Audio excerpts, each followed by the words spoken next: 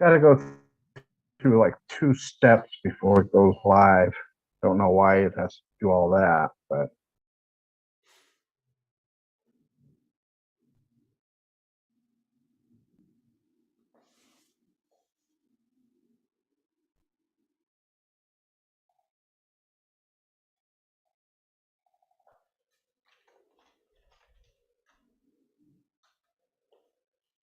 Looks like we're good. all right. Looks like we are live. For this thing.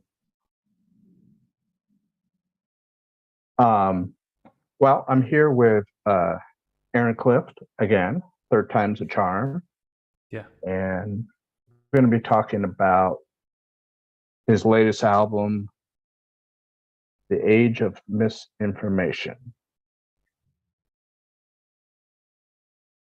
Um, for anyone that doesn't know out there, just give a little backstory for the title. I mean, some Yes. people can figure it out, but in case they're Yeah. Well, I'll introduce myself too. And I'm Aaron Clift. I'm the vocalist and keyboardist for the Aaron Clift Experiment. We're a progressive rock band from Austin, Texas. And yes, as Ron mentioned, this is our fourth album, The Age of Misinformation. Came out on January 6th this year, so it's pretty new. And yes, it is a concept album. It's a concept album about lies versus truth.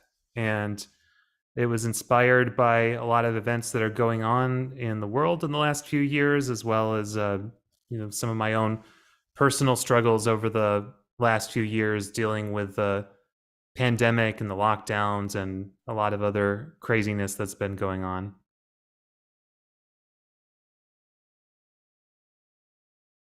yeah. I've been listening to it all the way through, and like I told you in private, my two favorite tracks so far are the title track and Bet on Zero.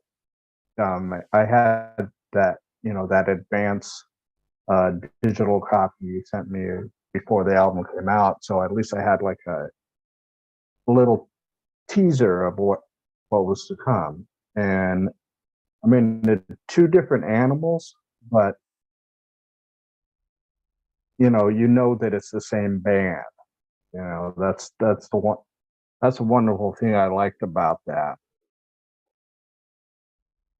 Yeah, yeah, one of the things I wanted to set out to do with this album was to learn some of the lessons and some of the things that I felt worked really well in our previous albums. I wanted to maintain that. One of those things was stylistic diversity.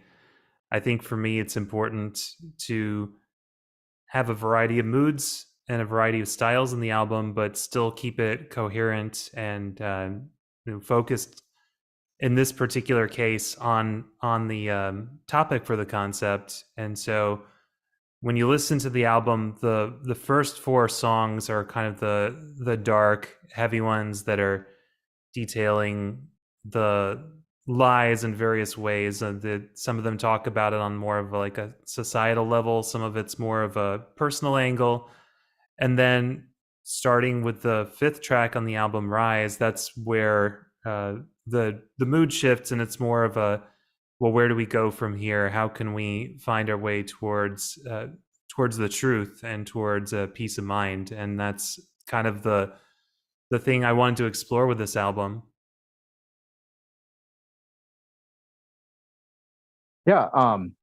Well, when you first start off, uh, I like the spoken words that are coming out at the first song, and what was it? The A slow motion nervous breakdown. I I like that. Wherever you got that from, I like that. I mean, Yeah, that one it was pretty much sorry, go on. I honestly I think that kind of sums up what was happening at the time.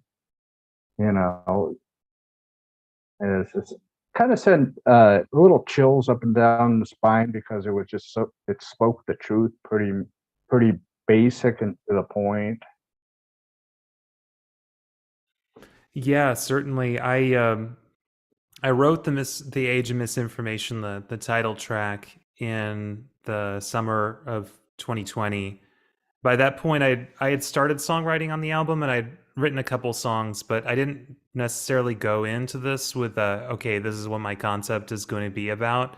I just wanted to write songs that sounded good. And when I wrote that song, we had been in the pandemic lockdown for a couple months at this point.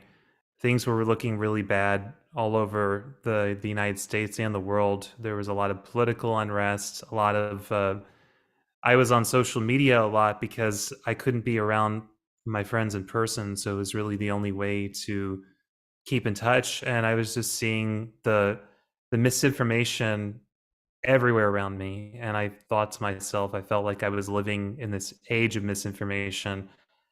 And that title was really what started the song. I thought, man, that would be a cool title for a song. Why didn't I write about that? I kind of approached it from that angle, and I had developed a demo version of it with a lot of the keyboard parts, some drum loops, a bass part that I wrote on my keyboard, because I couldn't meet with my bandmates in person at the time. We were all in lockdown, so I was using the technology to help write this music, and I'd send them the demo with some chord charts and I have the lyrics written and my vocals recorded. And I said, "Can you record your own parts here? This is kind of what I'm going for." So we'd all record our parts at home. We'd put them together, and we'd get together on Zoom once a week and listen to everything and discuss it. And we did that for a while. But with this particular song, we we had the arrangement pretty much figured out in 2020, and then I felt like the beginning of the song had a long intro, and I felt like there needed to be something there. I wasn't sure exactly what, but I said, well, I'll put something there later.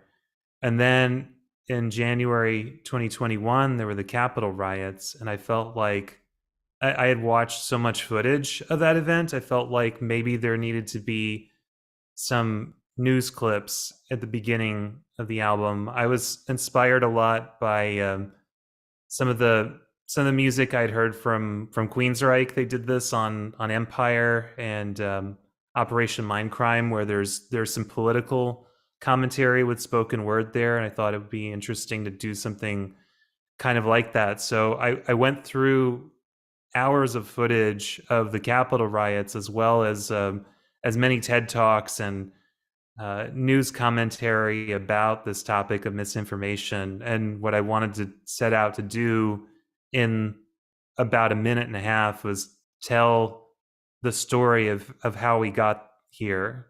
And so you kind of hear, as you alluded to, when you hear the beginning of the song, the news commentators are talking about what it's been like being around all this misinformation. One of them says it's a slow motion nervous breakdown, and I felt like it fit well with the music too, because the music starts at a slow tempo and then it picks up as it goes on, and that's when you hear the footage of the riots and everything. And for me, writing this song and writing this album in some ways was kind of therapeutic, because I was dealing with all this and my frustration and anger with seeing how bad things had gotten, and being able to say something about it in music I felt was important.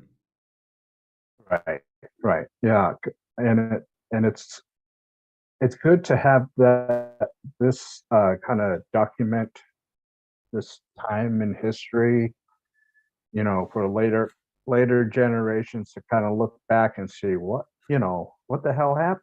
You know, it was like it could have been avoided at the beginning, but it wasn't, and it just went like, pardon my language, a clusterfuck. It just Yes. went everywhere. It's like, Hmm. um, and then let's see, yeah, you got Bet on Zero. Now I like this because it's has that uniqueness with that brass band in it. Kind of gives a little of a big band meets prog with a slight metal side to it.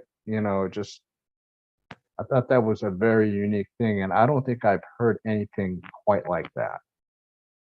Oh, thanks. Yeah, that one, that was an interesting song to write. That one started out with a riff, and when you listen to the song, it's directly after the drum solo. Spoilers for anyone who hasn't heard the song. Yeah, there's a drum solo in it, but there's a part where you hear the bass riff, and I don't remember exactly how that came to me. I just know I was going for a walk and I was humming to myself. Sometimes I will get ideas for music if I just kind of let my mind wander a little bit, and I had this riff in my head, and I thought it had a bit of a swing to it. It had this kind of wonky rhythm to it, but I thought it could sound like sort of jazzy, sort of bluesy. So I came home. I tried to transcribe it. It took me a while because sometimes what I hear and like notating it and figuring out what it is like they're like two separate things. So I get home, I transcribe this thing, and then it kind of grew out from there. I took that riff, I tried doing some different variations on it. Started writing this bass part. As I was writing the bass part, I decided to put some vocals to it and started writing the lyrics down. And I just had this idea of like you mentioned, like big band, and I think back to that era of music with like the film noir kind of feel, or like these underground smoky like jazz clubs. And I think about like what else was going on there, gambling, right? So I write this song about a gambler, and he's lying to his partner about his gambling problem. And so that was that was really how the song came about. And I remember presenting just the bass guitar and the vocals to my bandmates, and our drummer at the time, Chase, who's no longer with us, but um, he also plays percussion in Big Wise Brass Band. And he said, I bet my bandmates would love to love to be on this song. I think you should do a collaboration with Big Wise Brass Band. So I got in touch with Will Wright, who is a trombone player in Big Wise Brass Band. He plays a trombone solo on the song, and I talked to him about my idea, and he said, "I think that would be really cool to do a collaboration between your band and my band."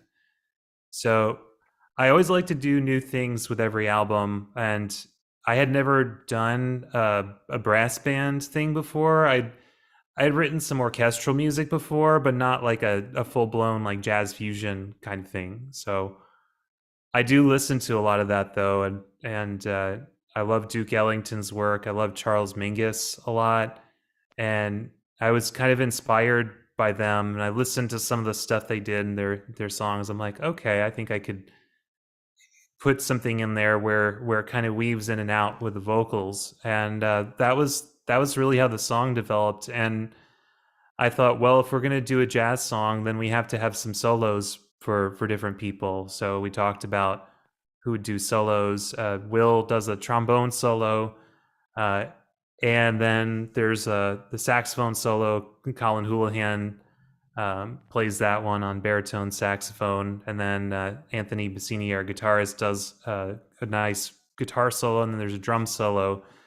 And what was really cool about that was I felt like the lyrics tell a story, but I also felt like the music tells a story there, because you got all these solo sections with different feels to them.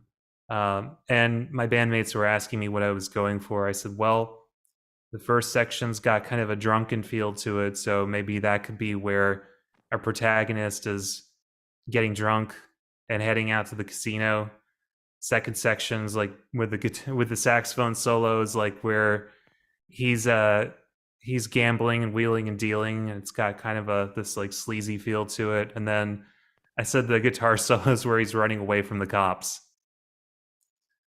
That's at least how I hear it in my mind. I mean, it's up to interpretation, but I don't know. And I sometimes think with music doesn't have to literally tell like a sequential story like that, but I always like to think about when I'm writing a song, like if this were a movie, like what would the scene look like? And I think that a lot of the bands and artists that I really like, they may be doing stuff that's more abstract, but you can always get a feeling in your head of like what the scene is and like what you could visualize with it. I feel like that just helps me connect a lot with music, and I think I like to do that to help listeners connect emotionally with the song too. Which was your most difficult one to work on? Uh, yeah, good question.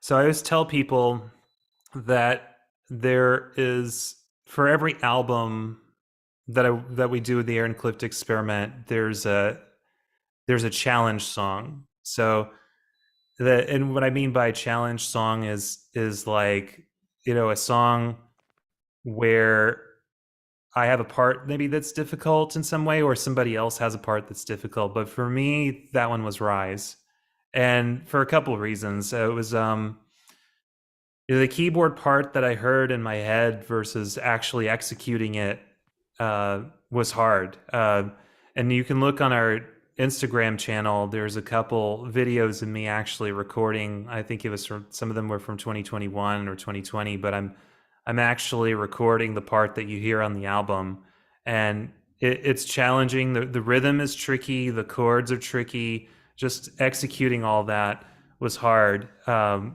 then the vocal part was also really difficult because I came up with these vocal harmonies that are really they're really dense chords, and so getting everything to sound in tune with each other when you're singing with yourself, it's hard. Getting it to the right rhythm with this particular song was difficult. There were just a lot of variables, and uh, there's a lot of twists and turns in it, but I think it's funny. I tell people like the best way to get better at an instrument, obviously, is to practice. But uh, writing your own song and writing your own exercise for you to grow and get better, um, I think those are some of the best ways to improve as a musician. And for me, this was my own puzzle to myself. But I'm really happy with how it turned out, and the I think the end result was truly something unique. Right. And then the one that I had to ask you what the acronyms were, the LIAR. I that one right there. I mean, that's like you said. The first four songs are very dark sound. It's from a dark place, and that and Dark Secrets. I mean, then it's almost like the first half of the album. Like I said, the first half is in the mirror, and then the second half is like, you know, what can we do about that to make it better? You know, and I guess that's why Rise is number five. Yeah, and what was cool about that song, that was a collaboration between me and our guitarist Anthony Bassini. He came to me and had this really interesting guitar part he'd written in an odd meter, and the chord changes were very unusual, and they were changing very quickly. And I listened to it, and we worked on the chord changes for a while, and then kind of getting the rhythm cemented.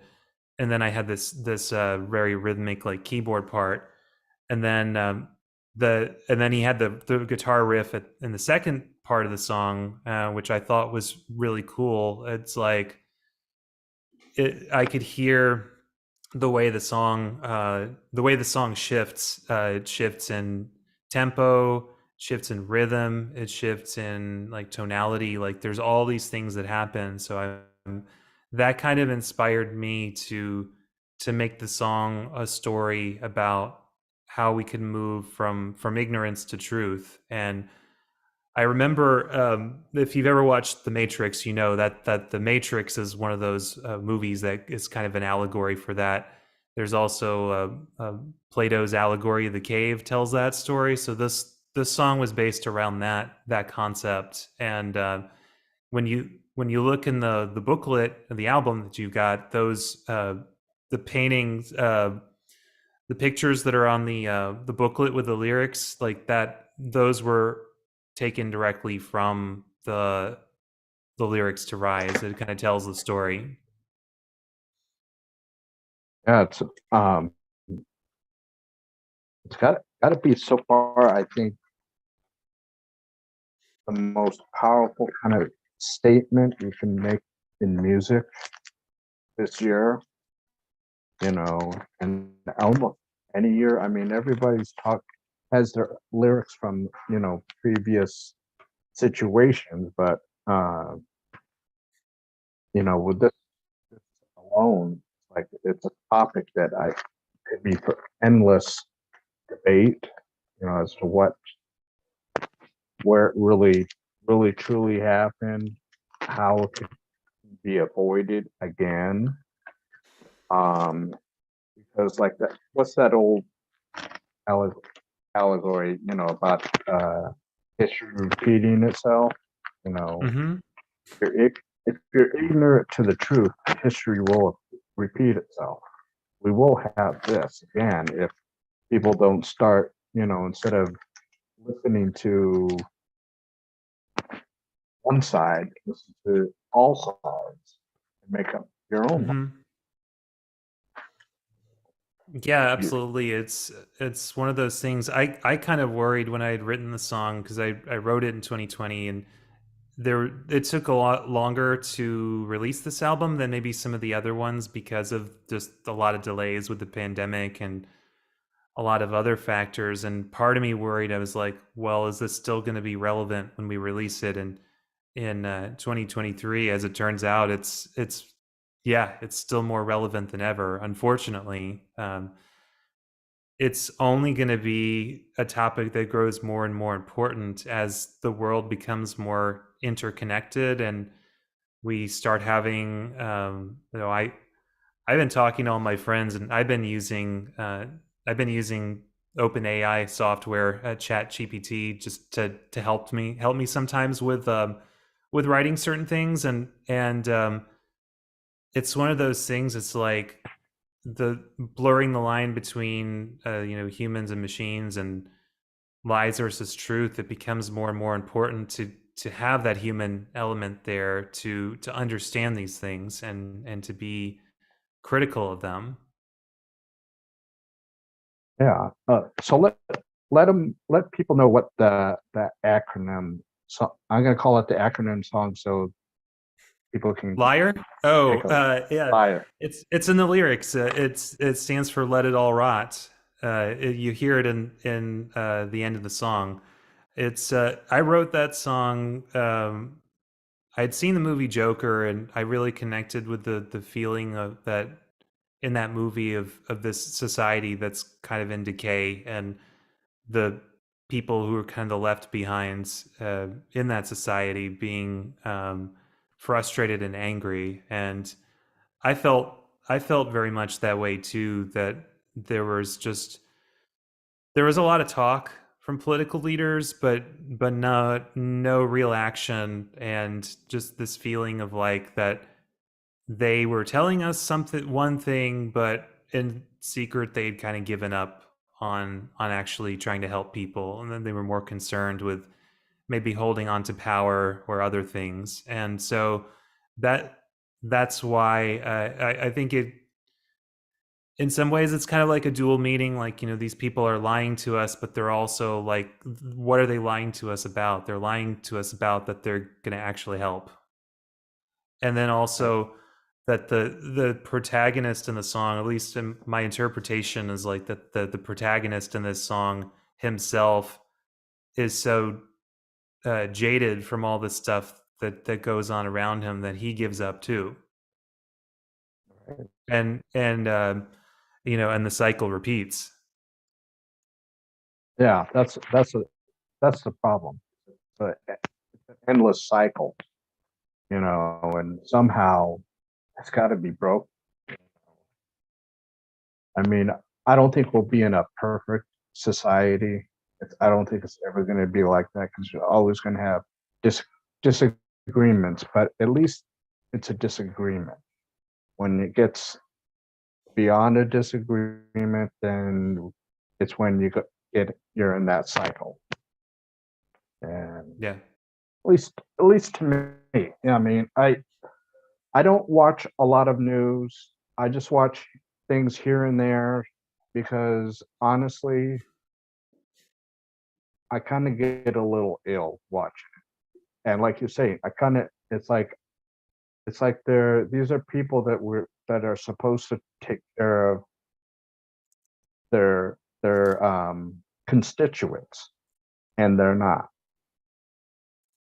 or they're doing, you know. Yeah,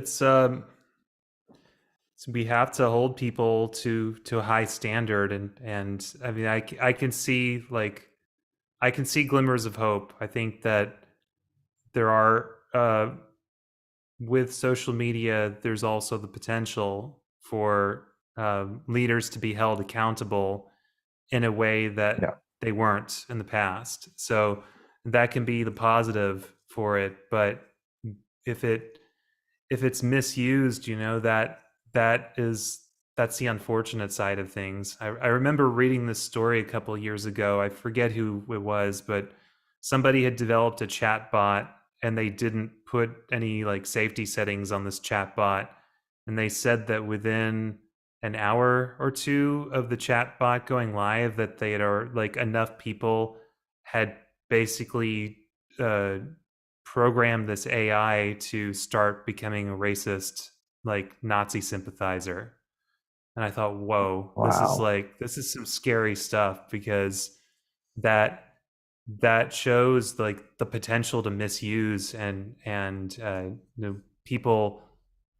I always hear the expression, "This is why we can't have nice things," but really, it's like right, that's that's kind of one extreme, but I've seen good things, and that's why for me, like when I wrote this album, I didn't want it to be complete like doom and gloom. I think it was important to start with kind of the problems and maybe I don't claim to know any answers to any of this, but I at least want to think about that there's got to be something better out there, and we have to try. I agree. I mean, I think now one thing you were talking about how the internet, will help with this, to hold them accountable. I think, as far as I can remember back, is this situation was always there, but because we didn't have the internet to have the second by second, play by play Mhm. thing, um, it was like we got, like you were saying earlier, I'm a 1 second delay. We had all that information on delay. So by the time it got to us, they were already on to their next thing, except if they, stepped out into the light and did something wrong, and then, we nailed them. But now Yeah, with the internet, we'll be able to, like you said, hold them accountable. We have to yeah, because yeah. they're playing with our lives, not theirs. They can care less about what it does for them, because you know. But Yeah, it's I mean, it's I grew up with all this stuff. I was born in 1981, so I grew up in an interesting time because I'm old enough to remember like before the internet was widespread, but I'm young enough to like to be the part of the generation that adopted it. So I've seen right. both the good and bad like for a long time now, and I think a lot of my peers have as well. And I think it's just important to be aware of these things. Like, yes, you're absolutely right that um this bad side of human nature has always been with us. It's just like now with the way things are connected, it becomes easier to spread misinformation and be a bad actor, but it's also easier to do good if we choose to. And I mean, at least from my standpoint, I think it's easier to be a good because bad you have to calculate and you got to make sure whatever you said yesterday, you got to make sure you say it again word per word, or else people are going to see through, what you are. It's like, uh, what is it about lying? You got to make sure you keep that lie each time, or else, Yeah. no one's gonna believe you. What And scares me once they is the stop people. believing, Yeah, but what scares me are the people out there who believe that if you tell a lie enough times that it becomes the truth. right? Oh yeah, there's enough people out there. I mean, I'll be honest with you. I've had many a friend um, during this pandemic that I had to unfriend on social media because they were so brainwashed into not thinking for themselves. And I'm not going to put sides. It's just, you got to think for yourself. You can't let anyone else tell you how to think. Yeah, and that's it's absolutely true. It's like you think about, if you had told me as a kid that someday there'd be a device that could fit in your pocket that has all the world's knowledge, all the world's collected knowledge contained within it, I would have thought, man, that's science fiction. But we have the Right? ability to do these things, but it's hard now, I think, because there's such a like limitless information. It gets harder and harder to be like, okay, well, where do I go for where do I go to find something that's unbiased, or find something that's going to actually tell me the truth without coloring it? And that's a hard thing to do, but that's where the work for us lies now. Yeah. Well, that and also too is when I was growing up, we were told we were going to have flying cars in 2000, I the saw year Back to the 2000. Future 2 as a kid, and I was like, man, Yeah. I hope we have that in uh, 2015. Yeah. I don't think we're going to have, honest, I don't think we're going to have that in our lifetime. No, it's funny how some things with technology have surpassed some of the science fiction that we've watched over the years, and some of it was, I mean, you got the Apple Watch. That was pretty much predicted back in the 40s with Dick Tracy when he had his little his multi-purpose watch where you can Yes, contact, yeah. you know, And then Penny and from then Inspector Gadget had the computer book, which is now an iPad. yeah, and then in Star Trek, their communicators are now cell phones. Hmm. So it's just amazing how some things have developed beyond what expected, and other things kind of like been at a slow pace, almost to non-existent pace. And I mean, nowadays you as a songwriter have so much of a source material out there. It's almost literally for musicians, for actors, for comedians. Their source material is just daily. It's given to you. It's almost given to you too quickly. So it's like trying to having one of those baseball machines, and it's put at the fast speed, Oh and yeah, yeah, yeah. They keep you got to throwing all the catch. balls at you. Yeah. Yeah, it's almost like that. I mean, just so much information. Like, No, you're Is absolutely uh, right. And it's like, for me as a songwriter right now, the hardest work is narrowing down my options because you're absolutely right. It's like at the end of, we were talking earlier about computers, and I bought my MacBook Pro at the end of 2019, and it's what I use for writing a lot of music. And the software that I bought is complete by Native Instruments. I was using their stripped down version before that, and I decided it was time to upgrade. So I get complete, and it's got contact. It had a couple modules that I'd used. Those couple modules that I had before had hundreds of sounds. Now I had hundreds of modules with hundreds of sounds, and I'm like, oh my god, where do I even start with this thing? So I spent like 2 months just going through and listening to sounds and being like, I like that patch. Oh, maybe I'll use that in the song, or I'll use that or whatever. So I had my collection saved. And when I wrote "The Color of Flight" on this album, that was the song. That was one of the songs where a lot of it developed out of just listening, just kind of trying to narrow down on my options. But I was like, I want to do a lot of different kinds of sounds with this one.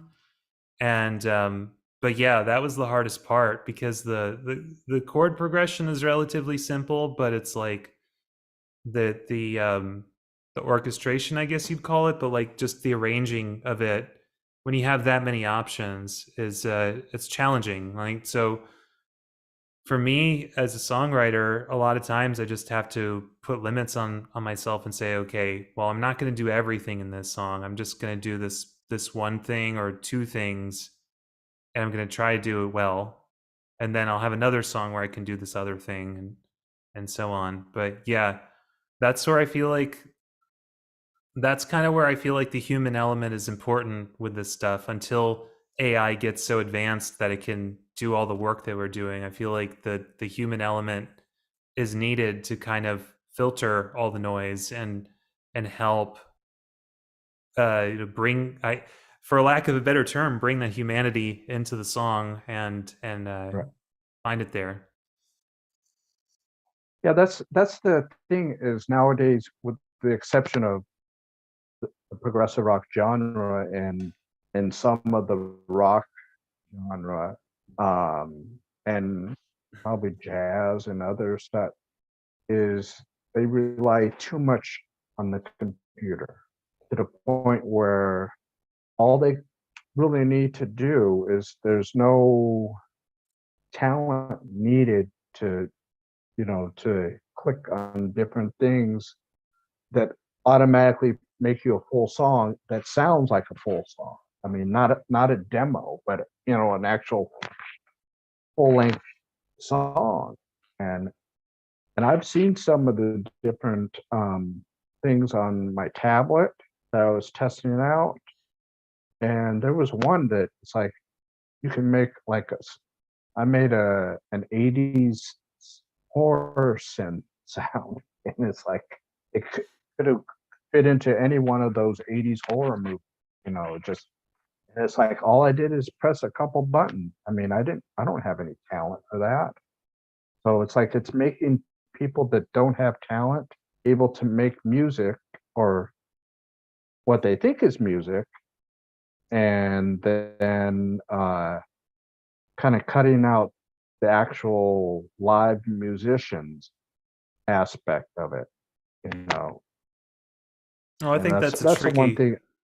yeah, it's tricky because like I don't think music necessarily has to have like live musicians playing it to be good.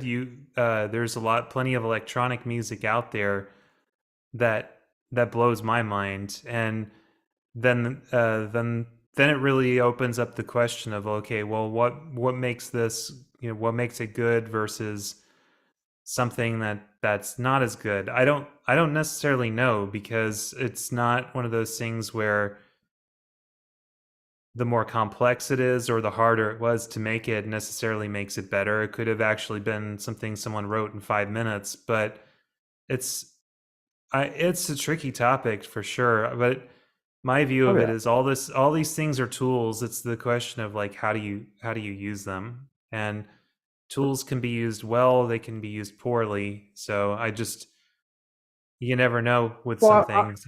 I try my best to use it well.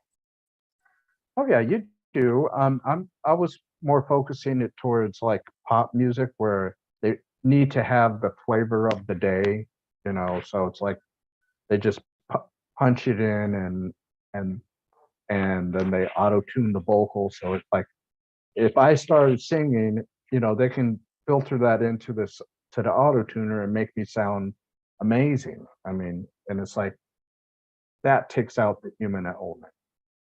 I mean, Yeah, you got I to be like it. careful What? about how you use that stuff because I've heard people use autotune and in a way that I think is really cool. But then, yeah, you're to your point, it's like at what point does it go from being art to being content? Because Yeah, I do kind of I do think there might be a fine line between what you might consider art versus content. I don't really know exactly where that line is, but I've some of it could be intent, but then again, it's like you could still enjoy some music and the music could still be good without you knowing the artist's intent behind it. right, Although I think it's impossible to write music in a vacuum, and I think it's impossible to listen to music in a vacuum. Like, there's always going to be some sort of context behind how something came about, but right, it's it is kind of like for me the music at least for me I can't speak for everyone, but for me it's like music comes from a need to say something or a need to do something, and that need can take on many different forms. But when art doesn't really when the only need that it's being created for is just to fill up airspace or fill up time, then I kind of question like why is the person doing this.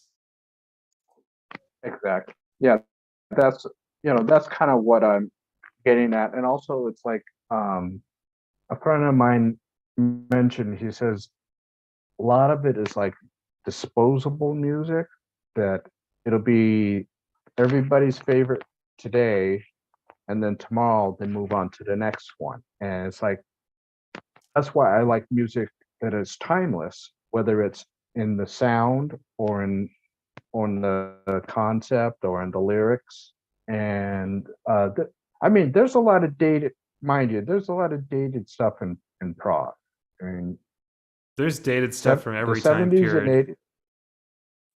So it's like, especially the 70s and 80s. I mean, you, but then there's stuff that is like, they did that back in the 70s and it got it was popularized in the 80s, so it's like, it,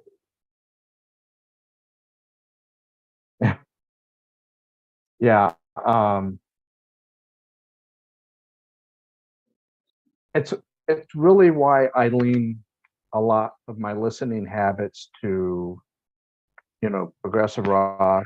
Um, and then sometimes I go back in time and gather up things that I maybe missed the first time around, from the 70s and 80s that, it's like I never haven't heard in a while, or maybe I had them on that old ancient format, the cassette, so it's like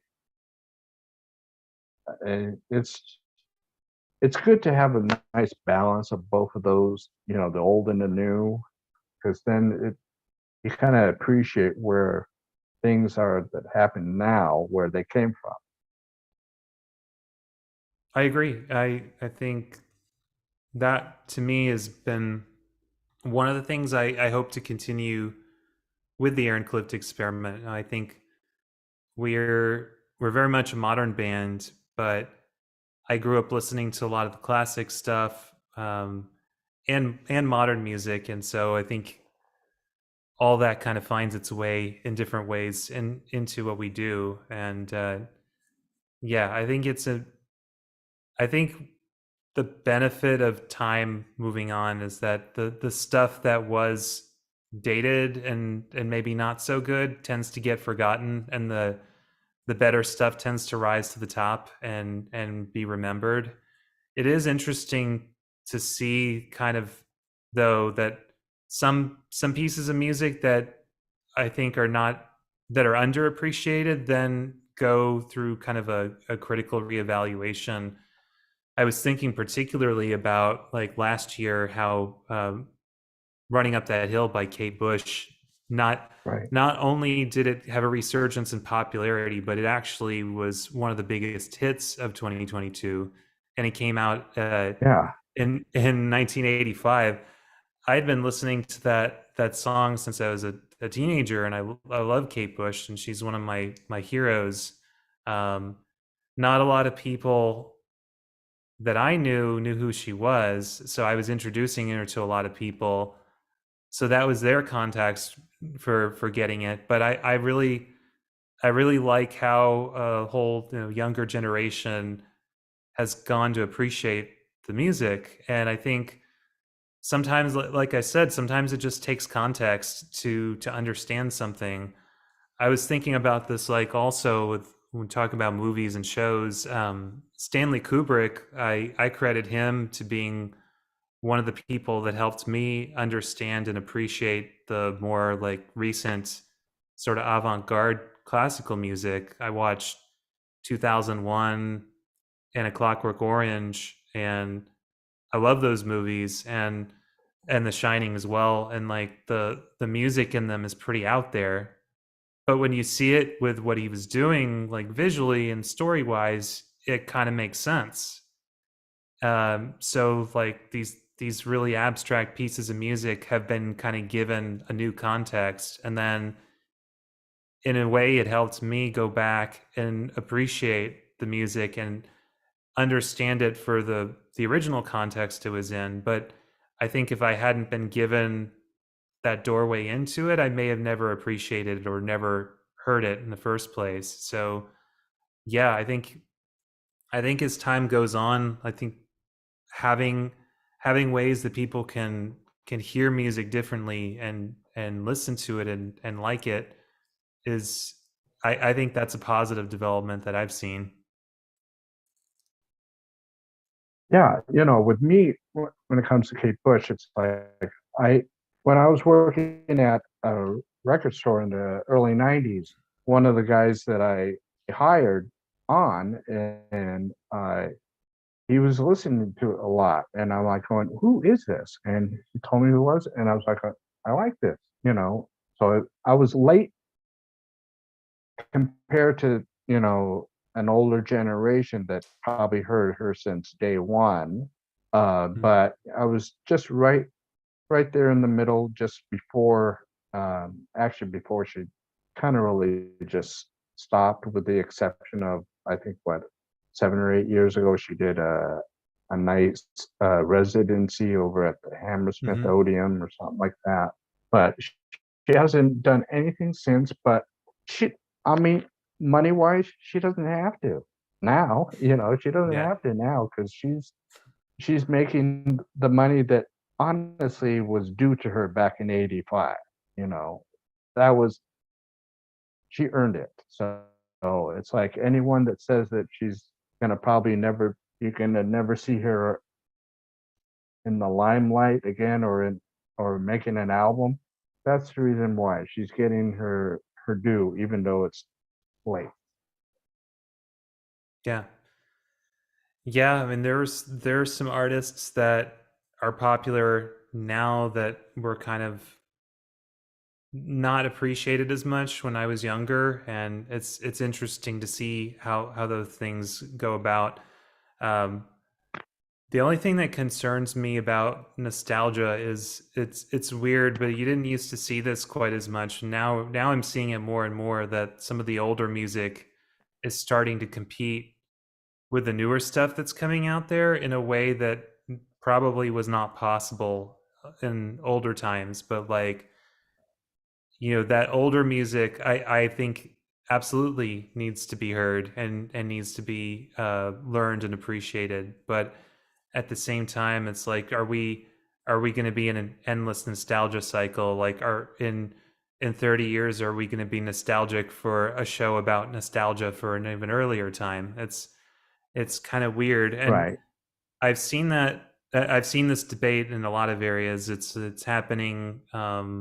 It's happening in progressive rock quite a bit. The there's kind of a split down the middle of the fan base that I've seen with people who, some people prefer kind of the earlier classic style, and then there's people who prefer some of the more modern stuff, and then there's always a question of, well, what even is progressive rock at this point, which I won't even get to that Right. topic. But um, I don't claim to know any answers to, like, to a lot of these things, because it's tricky, right? But it's stuff that I think about a lot as an artist, of like, well, I've got all this stuff that's come before me. It means a lot to me. I don't want to copy it, but I can't help but be influenced by it, and it kind of, Right. kind of goes on like that. Exactly. I mean, yeah, you gotta have. I mean, it's nice to do a nod to the past, but then you gotta forward think everything if you're gonna call yourself a progressive rock band. Hmm. You gotta forward think things and create something new. Even if it has a little bit of something old in it. You know, just where you're not blatantly, because there's a lot of, my friend used to call it retrog, retro Retro pop prog, yeah. prog. Yeah, I mean, there's a lot of that out there, and some of it's done really well, and some of it, it's like they, they're, it's almost painful to listen to because they're just trying to do note for note on something that already someone already did. We don't, we really don't need that. We need someone that can create something new for maybe a generation from now to like go, hey, look at what these guys made. It doesn't sound like the 70s, doesn't sound like the 80s or the 90s, Hmm. it sounds like, you know, the 2030s. So a little bit further in time, but Yeah, and there's a couple artists I've been listening to in the last few years that I feel like are doing that really well. That it's not like their music is completely like unprecedented. I don't think that's possible, but they're kind of like, they're doing something that sounds like new and fresh, and I like that. And I'm always trying to find artists like that. I'm fortunate that I have a huge community of other music fans like you and some of my friends who are opening my eyes and ears to a lot of these artists. right. I mean, I don't know about you, but from the beginning of March, April 2020, you're on the internet a lot, you're on Facebook a lot, or in other social medias, and then people are pulling out their favorite albums, talking about it, and then you're like going, "Oh wait, I never got into that." So it's like I think in 2020, um, in over 20 years, was the first time that I bought a lot of CDs. Hmm. It wasn't until the pandemic made me buy CDs basically, and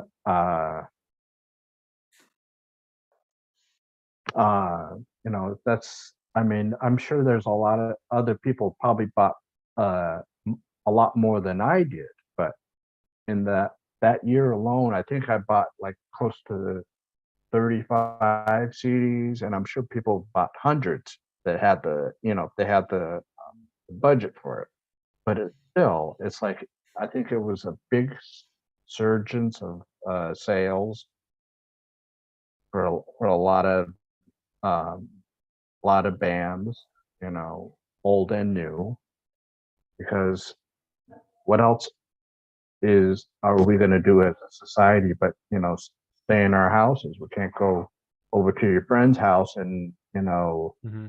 bring over some CDs and say, "Hey, look what I got." You got to do it over the internet, and so it's a great tool to help you if you're really truly interested in music. I mean, there's a lot of people out there that only keep the stuff in the background. But if you're really truly into music where you're interested in the lyrics and the instrumentation and things like that, you know, it was a great place to learn. You got different people up on the internet, on YouTube, um, doing different kinds of roundtable shows, on various different subjects, like favorite album of such and such a year. I've done a couple of them, or, you know, favorite album of your childhood, things like that, where it's like kind of get to learn about music that way as opposed to learning it through music critics, because Yes, I know exactly what you mean. I started watching a lot of I guess you call them reaction channels, or right, music education channels and reaction channels. The one that I really like, it's right up my alley since I'm a vocalist, but there's one called The Charismatic Voice, and Elizabeth Zarov is the host of that one, and she will listen to a song, watch a video, listen to the song, and talk about the. She primarily talks about the vocalists, but she'll talk about the music overall. But she gets into the music from like a a vocal pedagogy approach. Like she'll talk about kind of like right, some of the some of the technical stuff, but like it's written for it's geared towards a larger audience. So I think it's kind of half music appreciation, half vocal teaching. Uh, what I like about this channel is she started off as a classical singer, opera music, didn't know a whole lot about heavy metal and about like some of the like harsh vocal singers and things like that. And she went in with a very open mind, and she actually got so invested in this. She interviewed Will Ramos. I don't know if you know the band Lorna Shore, but they're like a deathcore. I'd call them progressive at this point because their newest album has like a 20 something minute long song in multiple parts. But she ended up becoming friends with him, and actually flew out to meet him, and they took him to a researcher, and they put like a camera down his throat, and we're trying to figure out like how he made his inhuman like screaming sounds. And they learned like this was actually what started as a music appreciation channel ended up becoming like a key contributor to scientific research. I thought that was absolutely fascinating. This is like the cool stuff that I dig. I like this kind of approach to learning about music, and I ended up discovering a bunch of artists through that channel and a couple other ones too. oh yeah, and it kind of goes back to what we were you mentioned before is when someone's making music, are they making it for the art or for content? It's the same with these reaction channels. I think there's very few of them that are genuine, that they're actually and reacting to a genuine degree, and then there's some of them that are acting it, Hmm. trying to make like, oh my god, I can't believe it, and just really kind of borderline bad actor type of a thing. Yeah. And it's like, I I mean, it's cool that they're getting these old music out there for people of the newer generation that they can, at least be exposed to it. But it's like, got to do it on a genuine level, or else, they're not going to get the Yeah. whole thing. Well, music appreciation used to be a class that they taught in schools. Not all Yes. schools, but I think it was. I think I may have taken it when I was like a kid or whatever. But yeah, like art appreciation is important because uh, I don't think I don't think people necessarily need. You don't have to be a musician to understand music. You know, you don't have to be a chef to like food.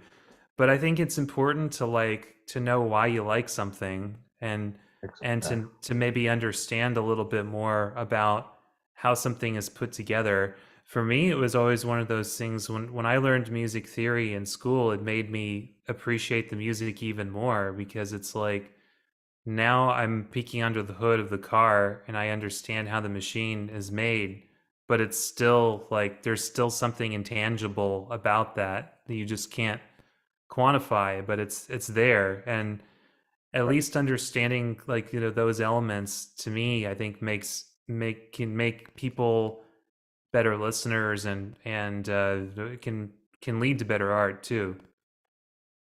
Right. Right. Yeah. Like you said, music appreciation and uh, depending on what part of the country or it's either grade school or elementary school. I mean, I in the third grade, I had a teacher that he was he was kind of borderline hippie, Mhm. and but he'd bring out his guitar, and at the end of class, he would pick a song and he would teach us the song, and then he would try to get us to see what the meaning were in the song. So it was like Hmm. most of them folk songs, but those were I think those are the ones that tell a lot of story, because it's really stripped down to most of the time acoustic guitar and the voice. So the voice has to lead the whole thing, so it tells the whole story. Um, and I don't know if children today are getting that in elementary school, grade Yeah, I don't school. know. It's hard to say. I know my nephew's turning 2 this month. Loves listening to music, and my wife and I went over to babysit him last year, and he was still a couple months old. And my wife played him some Tejano music that she liked, and there's one song that he really liked, and I remember my sister texting me, and she's like, "Aaron, what did Mika do? Because now he won't stop listening to this song, and every time the song ends, he starts crying unless I play it over again." And Oh my! I was like, well, this might be a good thing. Maybe now he's going to be, appreciating even more music as he grows up. I think about like when I was a kid.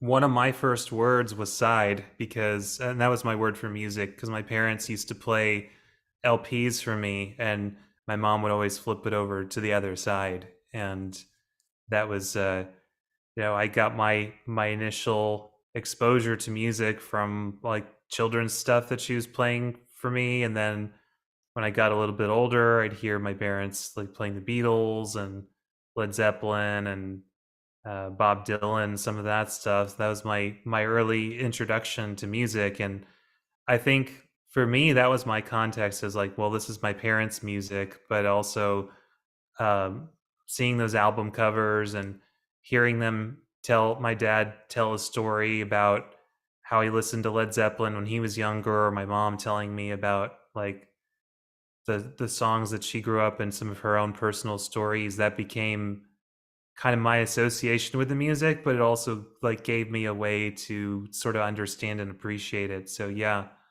I think it's great that you had a teacher that took that interest in the class because Right. somebody, at least you're a huge music fan and you appreciate this stuff, and I'm sure that maybe some of your classmates that might have impacted them positively in some way.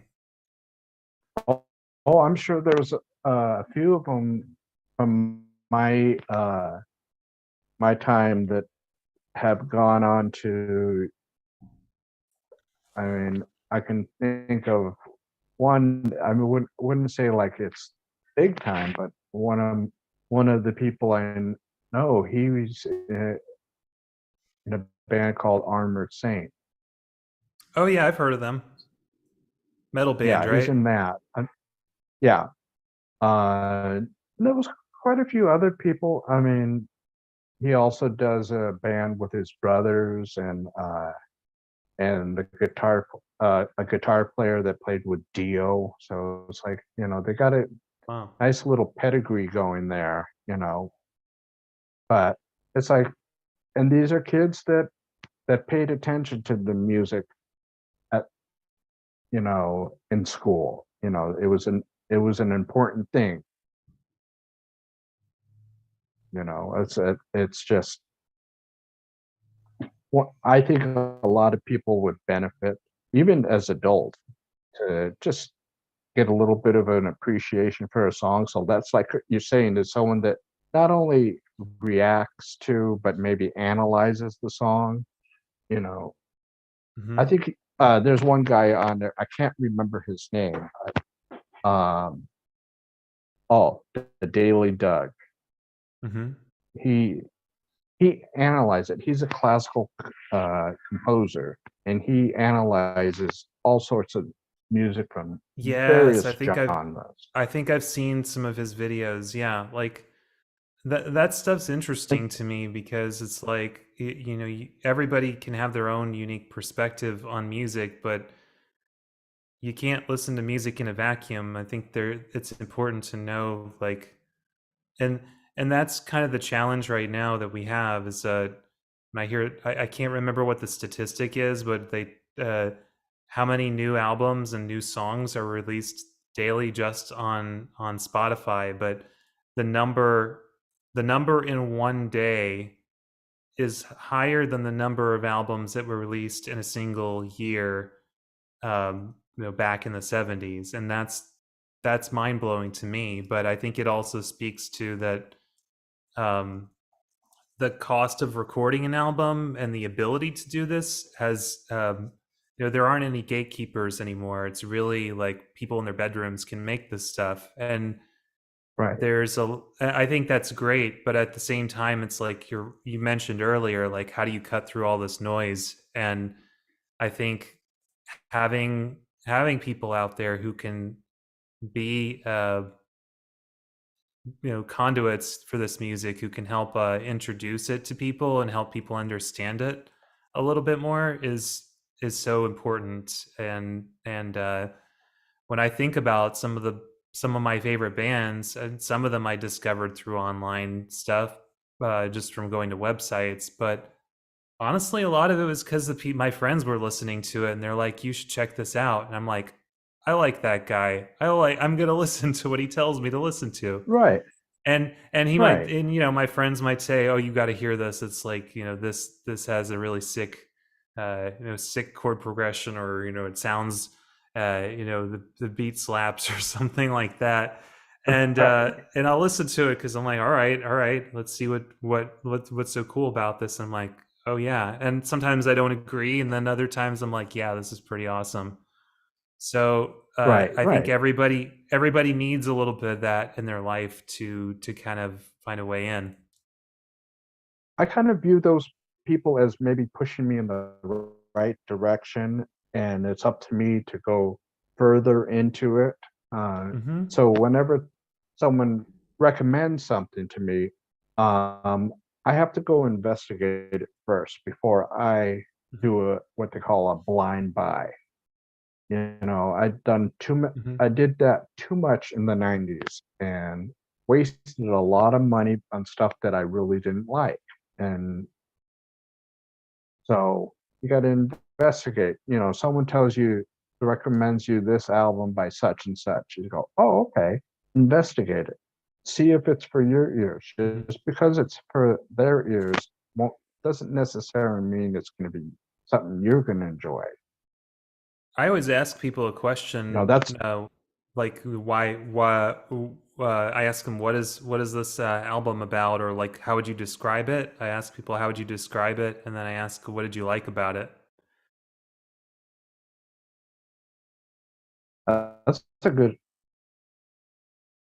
good way to see what. what they're if they're actually recommending it because it's a popular thing or recommending it because it's something that is special to them. Yeah, I think well everybody has their reasons, and no reason is necessarily better than the other. It's just Oh yeah. I think it's important for for any kind of art to know like if someone's going to recommend something to you, where are they coming from? Like what is it that speaks to them? Because I think I would not necessarily always get the same experience out of it, but I would at least like it would kind of clue me into okay, well this might be, I might expect to experience this feeling from this particular song or whatever. Oh yeah. I mean, you know, that's all we can do. It's if you get just a reason, any reason, it doesn't have to be a 10-hour dissertation about it, Yeah. but it's just something that you kind of say, what what makes it special to you? And and then go, okay, I'll go check them out. I I think I'm on a 95% success rate of what people have recommended to me. Just very few lately. I Hmm. like going. I don't get it. I don't get it. I mean, I'm glad you get it, but I don't. Yeah. Yeah, that's right. Um, it's yeah, it's one of those things. So for me, as an artist, I'm always just I try to keep an open mind. I know I'm not going to like everything I hear, but I at least like to to hear something. And it's like some kinds of music for me don't maybe hit me like emotionally the way they might would with other people, but I can appreciate maybe the craft or the work, or the that goes into it, and be like, well, that doesn't really speak to me, but I get why. I understand why it's loved by so many people. Right. That's all we can do. Yeah. Uh, Well, Aaron, I want to thank you again. I mean, this is third time, and I enjoy talking to you each time. I mean, I you know I learn new things each time, um, and it's always nice to listen to a musician talk about music as opposed to us fans. Kind of in communities. I kind of like to hear from the source's mouth, Hmm. and I do appreciate that. And I thank you, and I look forward to what comes in the future from you and your band. Oh, thank you so much. I really appreciate it. And we'll we'll talk soon. And like I said, I can't wait for what's coming next. I mean, I'm sure there's going to be more source material for you. You Yep, know, it's gonna be interesting to see what's next for everything. But yeah, I really appreciate you taking all this time to. Man, we talked about a lot of different things, but yeah, always a pleasure. Thank you so much. yeah. And again, I'll talk to you soon, and you take care of yourself. All right, sounds good. Take care. Bye.